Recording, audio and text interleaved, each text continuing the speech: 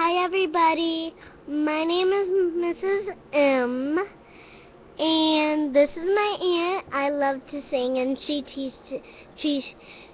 teaches me how to sing. Bye. I know, isn't she adorable?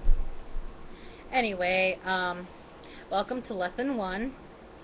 It is entitled Knowing Your Range. And you'll have to forgive me if I look down from time to time because, like any good teacher, I have notes.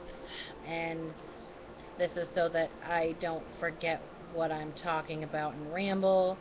And so I really sound like I know what I'm talking about, because if I don't know, or if you think that I don't know what I'm talking about, you're not going to want to watch my videos. So anyway, here we go.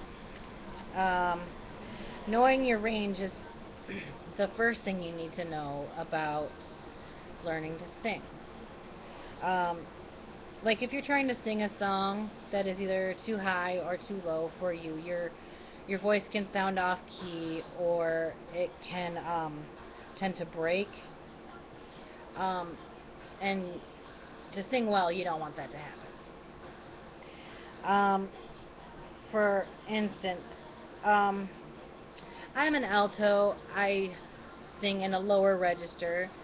Um, you don't necessarily need to know the technical name for your range, but if I were a man, I would be considered a tenor, you know, a lower range tenor, but a tenor all the same. But for women, we call that alto, because we don't sing so high and we don't sing so low. So, yeah.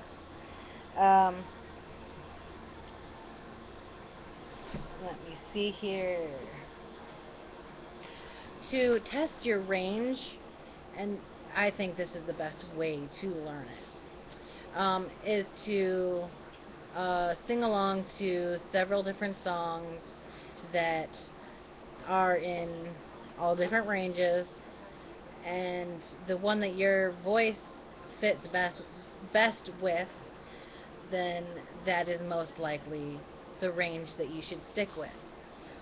Um, because if you try to sing in a range that doesn't fit your voice, then it will crack and sound off key, and it just won't sound good. Let's see here. Um,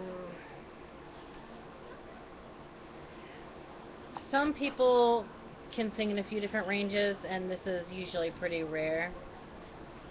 Um, I definitely cannot sing in several different ranges, but you can sing in your range, um, in higher or lower tones. Um, it's more like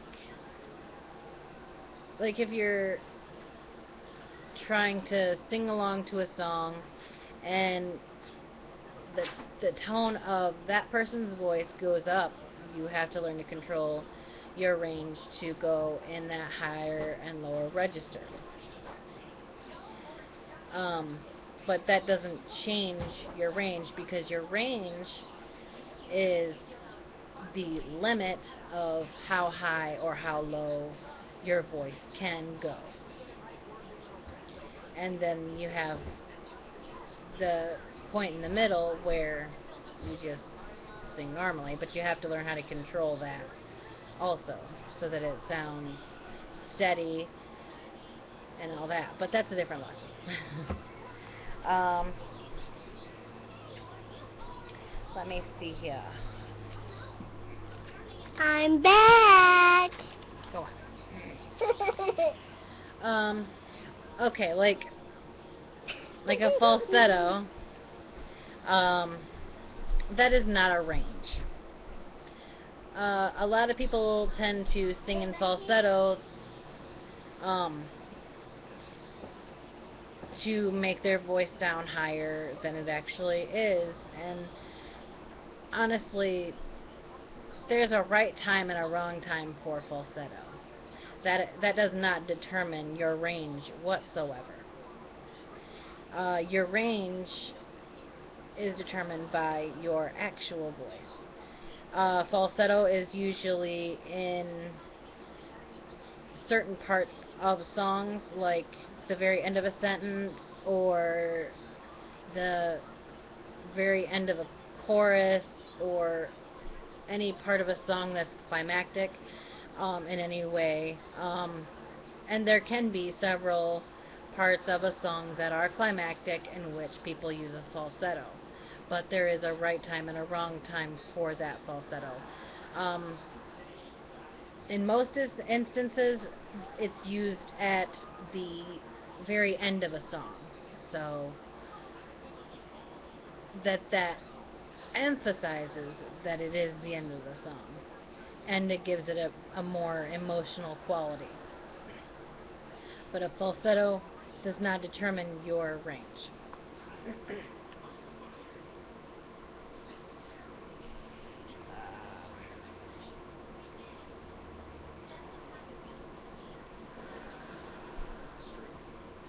Alright, and that should do it for this lesson.